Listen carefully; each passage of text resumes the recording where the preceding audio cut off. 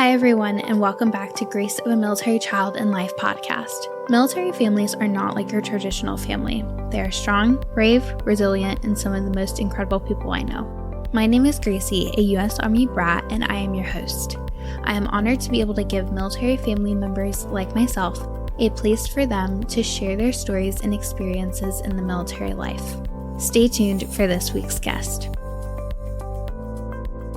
Hi, everyone. Welcome back to a new episode of Grace of a Military Child in Life. Today, I'm here with John, who is a military brat and veteran. So, John, welcome to the podcast. How are you?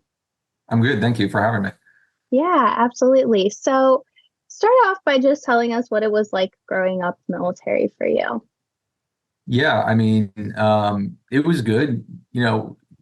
Unlike many families, I was lucky enough to not have to move too many times. My dad, he was Coast Guard. He served 20 years from 1980 to 2000, and he was able to do his whole career in the state of Florida. So he did 10 years in Miami and then 10 years in St. Pete, Florida.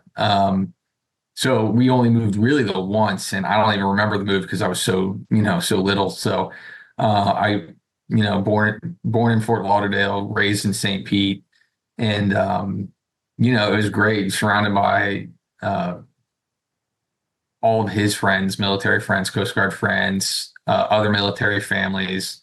Not only my father, but my uncle served in the Coast Guard. My grandfather was Army during World War II. So, there's always that immense amount of pride being able to serve and,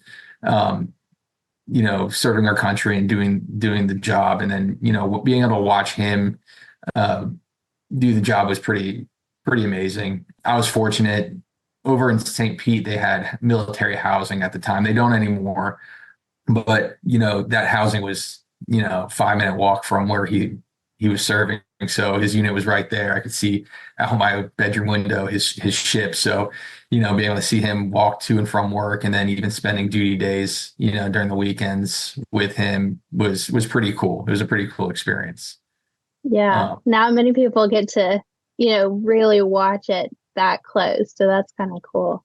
No, and it's 2024 is a lot different than the 90s. So having that autonomy to bring your kid to work and stay on the ship overnight, and kind of experience that before 9/11 and all of that.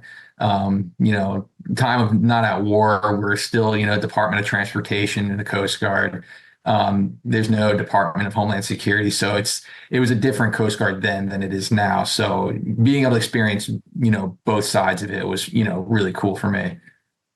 Yeah, absolutely. And then what kind of inspired you? I mean, you kind of have a whole background of military family, but what kind of drew you to wanting to serve then? I went through high school and I was always told, do your best in school, get your grades up, keep them up. The better you do in school, the better you'll do in life, good college, good job and all that. So it was around my junior year where I started kind of really looking into military service. And my dad told me, if you're going to do something, be an officer, go to an academy, go get your degree, have them pay for it, and, do it better than he did and start as an officer. So I tried that. I tried to go into the Coast Guard Academy. That was the only academy I applied for. So that kind of sparked my interest, and I really wanted to fly. I wanted to fly MH-60 helicopters. There's a huge air station here in Clearwater. So seeing them fly around every single day kind of really, really motivated me to do that type of mission. But things don't always pan out to the way you plan them. So, I ended up going to a conventional college. Long story short, I eventually decided to enlist around my junior year of junior year of college. And then I was 23 years old when I enlisted. So it was a little bit later. I didn't quite have my degree yet, but I just knew, what I was doing wasn't it. I was working 3 jobs, just trying to, keep things together. So I was like, I need to really do something. And I was going to originally do Coast Guard Reserves and then be a police officer, but, circumstances, the police thing didn't pan out. Not that I couldn't hack it. They lost my application. So I didn't want to wait the 6 months again for them to redo this whole thing. So I was like, you know what? Yeah. Thanks, but no thanks. I'm just going to enlist and see what happens. Like, I need to get out of my hometown, experience something different, and then go from there. So that's kind of like how I joined. And then just being able to see my dad, what he did as an engineer, being on ships all the time, that kind of drew me. Like, I knew immediately when I was in boot camp, I want to be an engineer and I want to be on the boat. Same my uncle, he was on a boat as an engineer. And then just being around all my dad's friends that he would bring over, it's like, that's what I want to do. Cause if I want to replicate my career like his, cause it looked awesome. So. Yeah, it's so cool to me to see, and even myself in my life now, but seeing so many military kids, and not everyone does it, but there is a good handful that do decide to join the service themselves once they're an adult or even after college and later in life. It's really cool to see, just because so many of us grew up in the lifestyle. We all loved, certain aspects of it, maybe not the whole thing, but we all loved, certain aspects of it. And for me, at least, the community, like you were saying, kind of stuck out for me. My dad, his friends, the other spouses, the other kids, and just, wanting that life for myself. But then because I know how much it impacted me, having that life for my kids then too, whenever they come around. And then, similar to what you were saying, like my dad with psychological operations, and I'm like, that could actually be cool now. So I'm trying to go that path too. So I think being a military child, your parents' service has so much more of an impact on you, especially if you go that route of service yourself. Well, of course. And I think it has a huge influence on, really the branch you choose too, because, if you're around it, you're exposed to it. And it's almost nostalgic when you kind of enter that service, because, you and I have had previous conversations before this podcast, and I would tell you that, I got to my first ship in 2012. And as soon as I stepped on board, I'm like, yep, it smells the exact same as I remembered it back in the 90s when my dad was on that boat. So I'm like, it brings back all these memories, these fond memories of being able to do, and do the things that he did, watch the things that he did, and then kind of make my own path. But, keeping that in the back of my head, oh, this is the same, or that's the same, that didn't change, swapping sea stories with my dad. And he's like, some things never change, even within, 20 years of time past, the same traditions are there. The same things are there. He'd come visit me at my units, come on board my ships. And he's like, dude, everything here's the same. I can't believe it. Granted, Coast Guard, we hold on to our equipment for a very long time. We don't get a lot of new stuff, but, it's near here and there. But yeah, it's kind of cool. Yeah, especially like you said earlier, with him serving pre 9/11 and then you serving post 9/11, it's still so much has changed, but so much has still stayed the same, which is always cool to see. And I think you kind of see that throughout military life, but then at the same point, some things are always changing and some things just never change. And sometimes the things that change, it's like, why did we change it? It was working just fine before. Right. Yeah, it's funny even too, like, so he was there during, the 80s, 90s, the big, cocaine era, Pablo Escobar and all that. And, he would tell me stories of them going out and getting these drug busts. But he's like, a lot of times we didn't even see one thing out there. But then post 9/11, then that mission changed. So we're, I think, a lot more aggressive now with our tactics than we were then. On every trip or every deployment I'd go on, I'd come back with these crazy stories and these crazy busts. He's like, I don't understand how you guys are coming back every time with all these busts. There are many deployments we didn't see a single boat within months. He's like, it's completely changed with at least the mission set. But at least those traditions still hold true. Yeah, that's what I love about military life in general. no matter what branch, just military and that tradition. It's Mhm. always there. It's always rooted in tradition. Like you go back all the way to, Civil War even, and things are still Oh the yeah. same. And it's just really incredible to see how even centuries have passed and things are still holding true to what it was. Oh, absolutely. Absolutely. Hopefully some of those good traditions will stick around and keep, forging forward. So Yeah. And I think too, it's really fun as, kids to see it and to grow up around it because I think, you know, talking to civilian kids and like no hate to them, but I think we kind of see things from a different perspective of, being grateful for what, our military goes through because we actually see it. We see those hard days, we see those good days, everything in between, and we're right there living through it with them.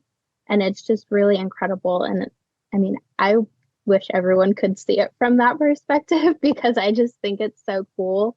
Um, but it's really hard sometimes to say, oh no, like this is still the same. This is still the same as it was, 20 years ago, or things have changed and it's changed for the better or it's changed for the worse or whatever it may be. yeah, yeah. And I think growing up as a military child, you get to experience um, different things, especially when your parents have to leave for Yeah. an immense amount of time and watching them leave and dealing with that missing piece of someone you rely on, someone you look up to, someone who you're learning from. It's always hard, and especially when dad is supposed to be home for your birthday or for a certain holiday, and then they make that call and say, "Hey, we just got extended, so I'm not going to be here." That disappointment is true. It sucks. Right. It really sucks. But as you grow older, and especially as you serve, if you serve as a service member yourself, you understand it. So there was never, to me, there was never any animosity towards my dad when he left. I understood it. It sucked at the time, but now that I had to do it, I'm like, wow, I really understand it even more so. So much so that I made sure I wasn't operational anymore when I had kids. I was like, I'm not doing that, not because Sure. I don't want them to know what that feels like.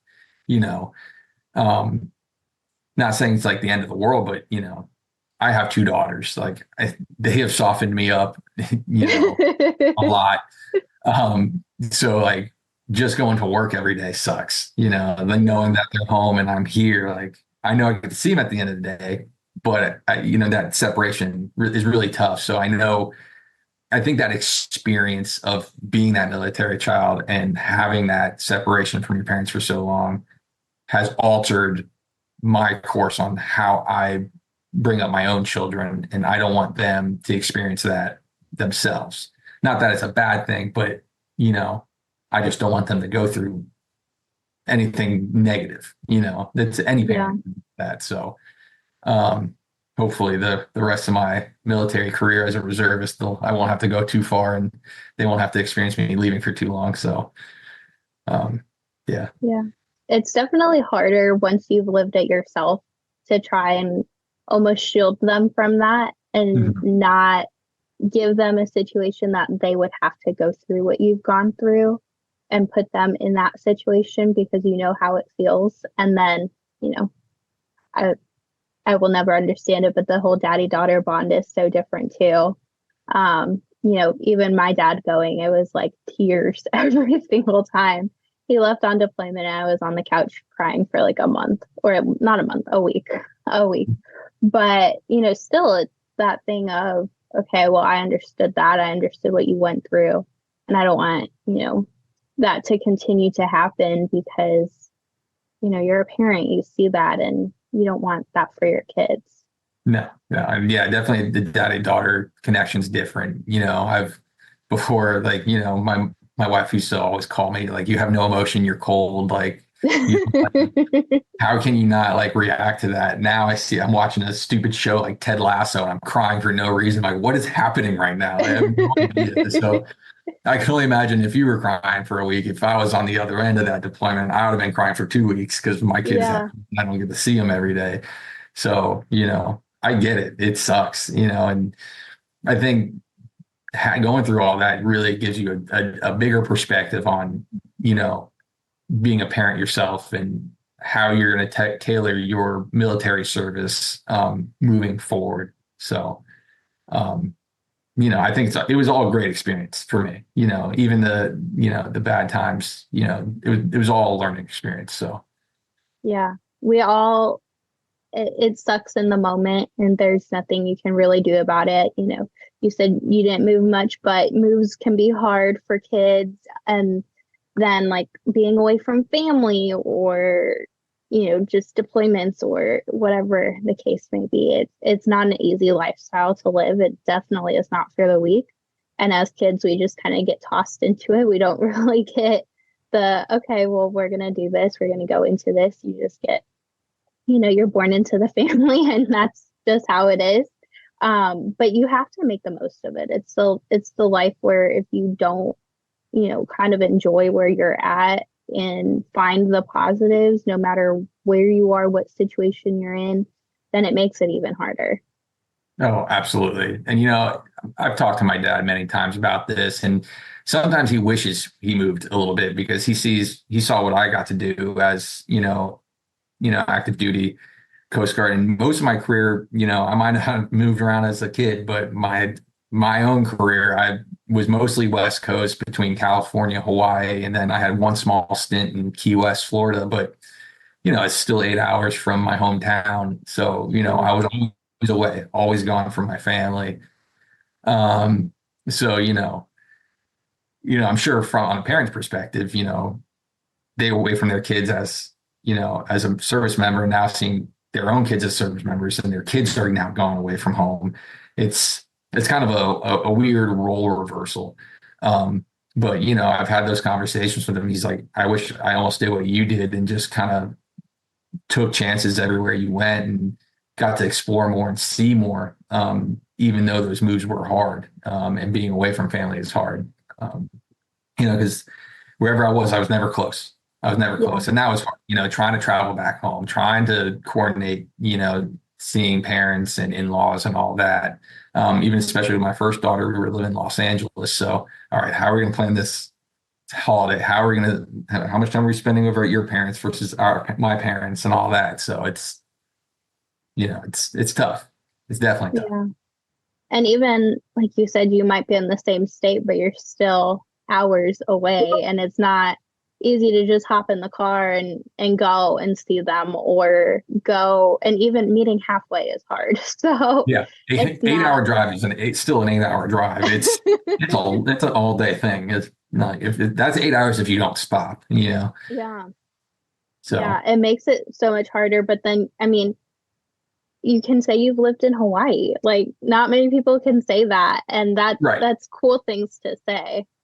Right. One day I do look forward to when my kids are older. My two daughters are 3 and 1. So they're still learning to form sentences, brush their teeth properly, all that. So one day they're going to find out, about my military service, just by going through pictures or whatever. And they're going to ask me the stories, and I get to tell them stories. Oh, I lived here, I lived there, I did this, I did that. I got to be deployed over here. I got to see most of Central and South America. I got to, see these people. Oh, your cousin Kyle, or your Uncle Kyle. This is why he's your uncle. So I'm looking forward to those conversations one day. It's going to be cool to kind of sit down, show them all these pictures of me and my wife. Hawaii, California, Key West, and of all the places we've gone, all the things we've seen. And even my 1-year-old, or my 3-year-old, when she was, her first year of life was in California, all the places we took her as a little infant. It's going to be cool one day. Yeah. And like you said, kind of explaining that family, because you have your family, your blood family, but then you have your military family. And I think that's something we're so fortunate to have as, military families, because those are the people who, you call at the drop of a dime, or you're forced to have them because, you're not by family. It's hard to travel and see family. It's hard for your family to travel to see you, but you have those people at each duty station you go to that you just grow so close to that they become family. Oh, absolutely. I find in probably about every station I've been to, at least one person I remain very close with. And, I still try to keep in touch with a lot of the guys and girls that I served with. But there's that select few that stick with you and, text you every day and see, catch up on how you're doing. Even though we're living in complete opposite corners of the country, my four best friends in the Coast Guard, they live in Jacksonville, Los Angeles, and Buffalo. Like they're scattered all over the place, but Yeah. we always try to make time to see each other and catch up and spend a lot of time with each other and make sure my girls know, hey, these are your uncles. They might not be my brother, but these are your uncles. So, if you need anything, if you don't want to call me, call them. Yeah. Well, and that's the biggest thing too. Like, I didn't grow up with much contact with our extended family. And so it was always the military family of, okay, if you don't want to talk to us about something, you can call one of these people and you can talk to them. And I think that's, growing up as a military child and then raising military children, I think there is some sort of an advantage to being able to understand certain aspects of what they're going through, even though it's, decades in between. But then I think there's also an advantage, a huge advantage to being able to talk to other service members and saying, hey, like, I don't like this situation that we're in. Like, why are we in it? But, it's hard to have that conversation with your parents sometimes. Like, why are we moving? Why are we doing this? Mm-hmm. Why are we, why are you never here? And so being able to talk to another service member is so much easier sometimes because, I don't know, they understand it and they know what you're going through to a certain extent, but they can tell you why. And it's not, it's just a better dynamic sometimes. So having those people in your corner is huge. Oh, absolutely. They're always there to support you and your whole family and make sure, you're taken care of. And then, it's always reciprocated, and then it allows any military child to have a nice, fresh perspective outside of their immediate home with other people. And then I think it helps build resilience as well. And as a military child, like you build a certain type of resilience when you have to go through these moves, you have to endure these deployments with your parents. It forces you to deal with conflict and adversity. And I think, and I can't speak to everyone, but at least for me, growing up, having that adversity has really allowed me to gain the resilience and honestly confidence in myself, growing up. And I'd like to think that's the same across the board, with every other child that's ever gone through it. Yeah, it's definitely something that I think is instilled in, it starts from the top down, right? Everything is instilled in the service members, that basic training from the very beginning. And then I think it goes down to the family, like the spouse starts to kind of feel certain aspects of military life and starts incorporating that into daily life. And then obviously it goes down to the kids and, certain things, like resiliency or determination and just different characteristics that the military expects out of, our service members, our kids starts to adapt to as well. Yeah, and kids are sponges. They're gonna learn and listen and watch everything that their parents do. So, as a kid, I saw my dad go to work on a boat every day, come home. He did his job to the best of his ability. He loved us to the best of his ability, provided for us to the best of his ability. And, growing up and watching that and, learning that, I try to replicate the same thing, for my kids. And, I'd imagine the same thing occurs, with other military families. I was one of the lucky ones where I'm sure there's many other military families that haven't had it much harder than I did. Um, you know, um, but yeah, I think it's just overall a giant learning experience.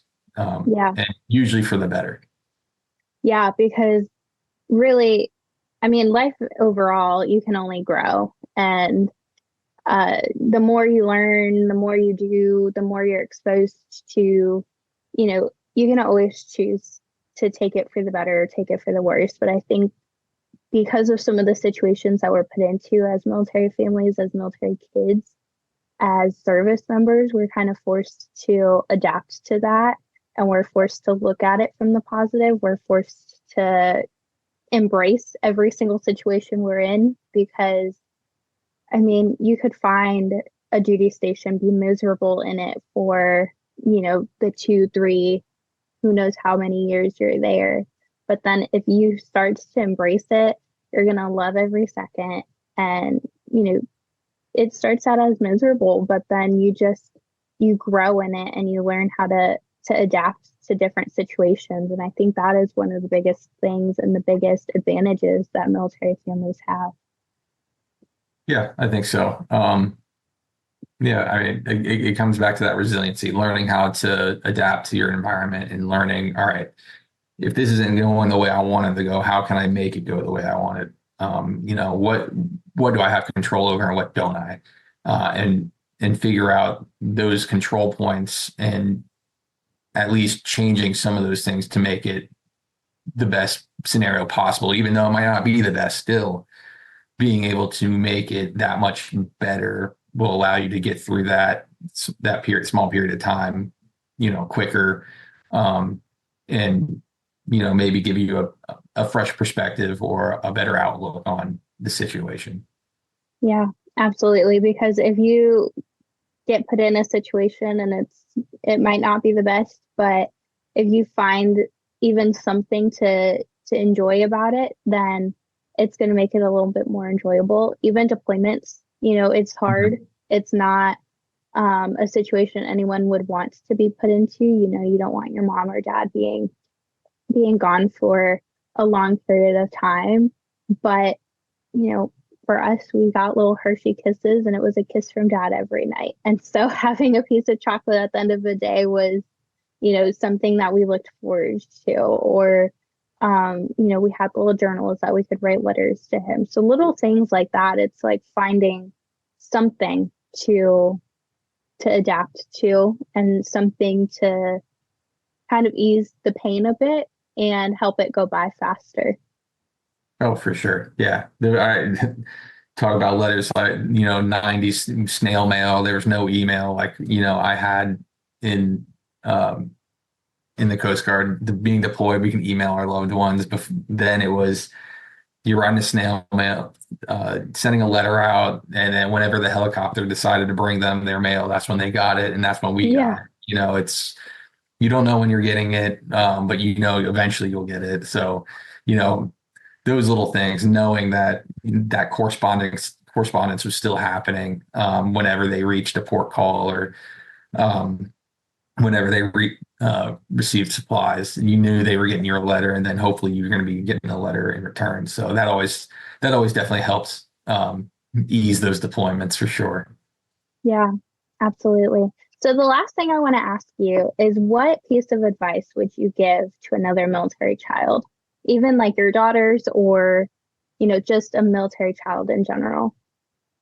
Advice, I would say, ask questions, try to learn about what your parents are doing, why they're doing it. Try to figure out why they originally joined, what's their reason, what's their purpose. Not everyone's reason's the same. And try to learn as much as you can about what they do, what their MOS or their rating is, what they're looking for in their future. Maybe, these are questions maybe they haven't been asked in a while, and, you give them a fresh perspective to tell someone else, especially their own child.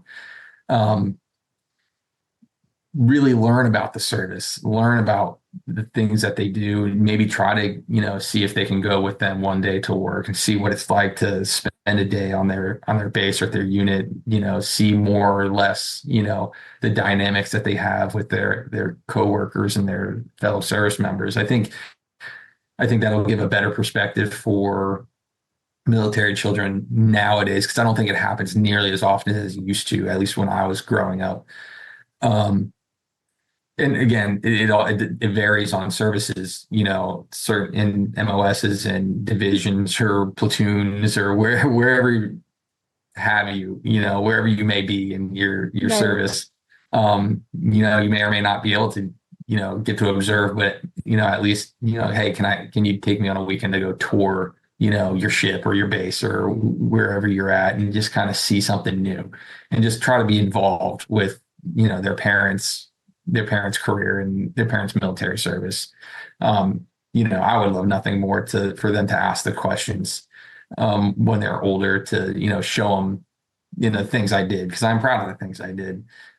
Whether or not I'm doing them now, is, it's still cool to kind of look back in that little time capsule to, see my younger self and like, oh, I did do that. I did do this. And, maybe don't want that for you. Maybe I do want that for you, but you get to have a little perspective of what I used to be like when I was much younger before they were around, Yeah, it's definitely cool. And, like you said, kids are sponges. They soak up all the information and they're so curious. And so they just start asking question after question. And that's one of the funnest things to do, is just, talk to them and explain, because if they can understand too, if you explain and have conversations with them, then it's easier for them to understand. Right. It's not okay, well, why is my dad leaving? And I've heard from kids, they used to think it's because their dad didn't love them, or, they didn't necessarily understand the service behind it. They just thought, well, my dad's leaving because he doesn't want to be here. And, that's nowhere near the truth. At least for the majority, I would say. Right. There's meaning behind it. There's service, and that's just the sacrifice that comes with it. And every single family member makes some sort of sacrifice. Yeah, absolutely. I don't get as excited as I used to put the uniform on, just because, it's a reserve. Nothing, not saying anything negative about the reserves. It's just not what I used to do. So it's not as exciting as it once was. But what is exciting is putting on that blue uniform and coming home to my daughter. She's 3. I gotta remember, she's 3. She sees me in a different uniform than she sees me every single day, but she loves Buzz Lightyear. And she, watches those movies and she makes these correlations like, oh, Buzz Lightyear wore a blue uniform in the movie. My dad's Buzz Lightyear. So being called Buzz Lightyear on every once a weekend a month is probably the highlight of my military service. Like I'm freaking Buzz Lightyear. I get to come home and my daughter's gonna call me Buzz. So I think them picking that up now has been really cool. So hopefully I get to keep being Buzz for a while. But yeah. Yeah, no, that's so cool. And kids, correlate things together. And there's one, she wrote a book, and I'm going to mess up the title a bit, but it's like Top Secret Dinosaur Mission. And so they would go to a museum and see all these dinosaurs in the museum. And then when a deployment came around, it was like, okay, well, Daddy has to go see if he can help find the dinosaurs and help the dinosaurs on their mission. So, little things like that. And, Buzz Lightyear correlation it makes it easier for them in a sense. Sure. And it makes it fun, for everyone involved. Oh, it's a lot of fun. Like, it brightens up my day, coming home after a long weekend on base, and then it's like, oh, Buzz is home. Buzz, like, Buzz is home. Buzz is home. So that's so awesome. Yeah. Yes. Well, thank you so much, John, for being on the podcast and sharing what it's like being a military kid, a service member, raising military kids, all around. Absolutely. I'm glad to be a part of this. Thank you for inviting me. Absolutely.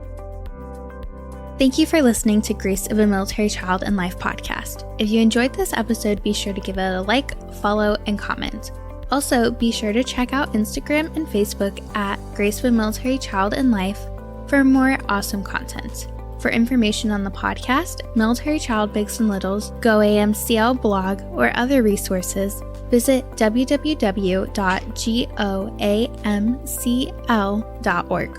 You can also email me at Gracie, that's GRACIE @GOAMCL.org with any questions or comments. To be a guest on the podcast, you can schedule it at www.goamcl.org/schedule a podcast, all one word, or contact me via social media or email. Stay tuned for the next episode where another incredible story is shared.